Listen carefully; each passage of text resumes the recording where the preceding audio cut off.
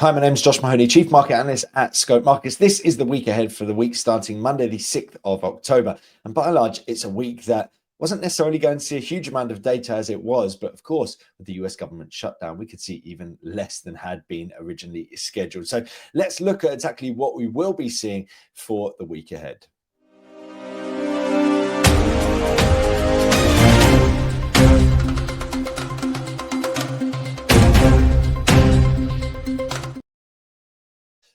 So first and foremost, let's look at the big ticket items as we always do on Trading Economics. And you can see here we start off on Monday with the Westpac Consumer Confidence Change figure out of Australia, followed up by the IVPMI on Tuesday out of Canada.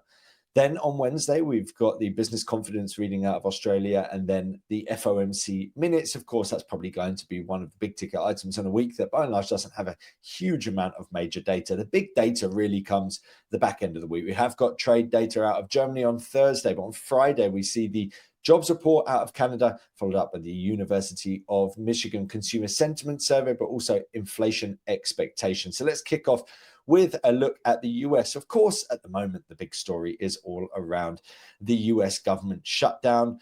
By and large, it might be resolved over the course of the weekend. It's always difficult to provide a look ahead for something where you don't know if the conditions will remain the same.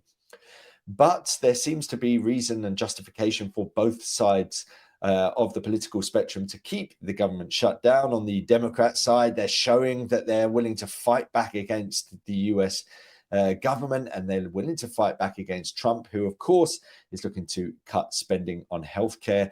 And they don't necessarily want to take that line down. And essentially, if they just let this pass over and they don't put up a fight, it shows them to be relatively weak. So the Democrats are trying to show themselves to be strong, despite the fact that by and large, they, of course, lost the election in pretty significant fashion. So the domination of the Republicans in terms of Congress should mean that by and large, they manage to get through whatever they want to get through. But as we can see here, it's not always as easy said and done. In terms of the Republican side of things, we're now seeing Donald Trump essentially coming out and saying, I can't believe you've given me this opportunity. And he wants to cut back on federal spending, some of the federal departments that he says are essentially Democrat departments. And so you might see some further weakness when it comes to the jobs market on the government side of things if he does dramatically cut back on departmental hiring. And so the employment picture once again comes into focus. Now, the shutdown itself, by and large, at first did provide a little bit of weakness. Of course, it raises concerns. The idea that the government isn't able to pay its workers and that certain parts of the government are going to shut down. That, of course, isn't necessarily a great story to be sort of leading with at a time. But in my mind, markets have grown quite accustomed to the idea that we see these left field events under Donald Trump. They're certainly a lot more sort of hardy to major headlines and short-term headwinds than probably there would be under a different president. That's why, in part, I think people are really looking beyond this and saying, look, we saw 34-day shutdown back in 2018 under Donald Trump. And by and large, despite the weakness we saw at the beginning of it, by the end of it, we saw stocks pushing higher in pretty dramatic fashion. And you can see here from a historical perspective in terms of historical shutdowns, by and large, short-term blips do provide the basis for buying opportunities, and markets are generally forward-looking. That's exactly what they appear to be doing right now, which is look beyond the shutdown. That's why we're seeing equity markets in part on the rise. Now, in terms of what's happening this week, you might notice for the jobless claims reports, we don't have a time. And that's because in the absence of a deal, then that shutdown means we won't see the initial jobless claims and the continuing jobless claims data for Wednesday. Beyond that, trade data coming out on Monday. And then on Friday, we've got the University of Michigan Consumer Sentiment Survey. We've got the inflation expectations. And of course, in the middle of that sandwich is the FOMC minutes. Right now, markets very confident that we'll see rate cuts in the back end of this year for both of the remaining meetings in October and December. But beyond that, there's a disconnect between market expectations for 2026 easing, which is for 2 to 3 rate cuts, versus the pricing according to the latest dot plot, which is for one cut for next year. And in my mind, that one cut really highlights the fact that they're uncertain. They don't know what's going to happen in terms of inflation. And we don't even know who's going to be leading the Fed. That decision is yet to be made.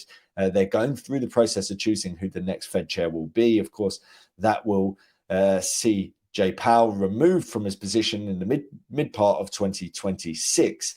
And therefore, where rates go actually is probably going to be dependent on who exactly leads the Federal Reserve. So the Fed minute's important to a degree, but how much it's going to shed light on where rates are going to go in the year ahead, that really remains to be seen. We're looking in terms of consumer sentiment. Of course, there's been this big story and narrative at the moment around weakness in the jobs market. We want to see weakness in other parts of the economy if they're going to feed into that same narrative, which of course means weak jobs data and weak economic data leads to higher expectations of easing from the Federal Reserve, leads us to seeing the likes of the US dollar weakening. It leads to potential upside in terms of equity markets if it's focusing on the easing side of things more so than the economic weakness. And then the potential for strength in terms of gold. Now, gold prices certainly sort of heavily in the news at the moment because, quite frankly, they just continue to move in a single direction, and that direction is towards the upside. So I just want to quickly bring up the chart for you guys to show you exactly how things are shaping up from the perspective of gold. So we can see here in terms of gold, the long-term trajectory on a weekly time frame shows you exactly why it's been a great market to be trading for the bulls. And you can remember, if you cast your mind back, we were talking about this phase not so long ago and talking about this breakout that we saw here. Look what's happened ever since, week after week after week of gains. So look, if you're looking for a trend, there's not many better trends at the moment than the trend for gold. We're seeing a little bit of a sort of jitter at the moment. It's not really a jitter. I mean, ultimately, the trend is your friend, and this is a very clear-cut trend. For me, I like Fibonacci's, especially within trending markets. You can see here, let's just put that on there. So 76.4 fib here. This is going to be a nice shallow retracement. So it doesn't really want me to, it's very sticky when it's trying to lock into these. So let's just grab that and put it into a shallow retracement. What's that? 38.2. The most recent pullback, for me, this is a sort of ABC style retracement. So that means I'll be looking for this as a potential. Oh, there we go. And then we'll go into a deep retracement. There we go. So that's another 76.4 fib, really. And we've seen this sort of, like I was saying, an ABC style retracement here where you don't manage to break up through the prior swing high and you move into the next leg lower. Let's just, it's here. Always forget which one it is. So here we go. Elliott correction wave. Just get that out of the way. You go 1, 2. Essentially, it was a flatline high into the C. And so now we're sort of creating these high highs, high lows. That, to me, with that sort of ABC style retracement into the 76.4 fib, and now we're starting to move higher. For me, I think the bulls are likely to remain in play, and particularly if we see weak economic data, that feeds into it. But quite frankly, the narrative around this government shutdown also feeds into it, right? Because we're looking at a government shutdown where the Democrats are pushing for increased spending. It really hammers home the point that, like, the US isn't the stable environment that many people believe it should be and has been in the past. And therefore, the idea of sort of buying into the likes of US Treasury doesn't necessarily look as attractive. People want to start moving into other assets. Gold certainly appears to be very attractive for governments and central banks around the world alongside individuals. And this government shutdown in the US really continues to play into that narrative. Now, next up, I wanted to bring the agenda up for Canada. And of course, Canada has this sort of fractious relationship with the US at the moment. That's why it's been so heavily in the news. They're heavily reliant on that relationship, economic relationship with the US. And at the same time, you've seen that decline in terms of oil prices. The Canadians are very reliant on that. You see that tie up in terms of the relationship with the Canadian dollar and oil prices. So all of that really feeds into weakness in terms of the Canadian dollar. So what we see in this week, are we going to see further weakness in terms of the jobs market for the Canadians? Look, 7.1 in terms of unemployment in Canada. That is high, right? Remember, the US is in the mid 4s. That's very high. Relative to many of the other developed economies. You can see the employment change figure last time around, minus 65.5K.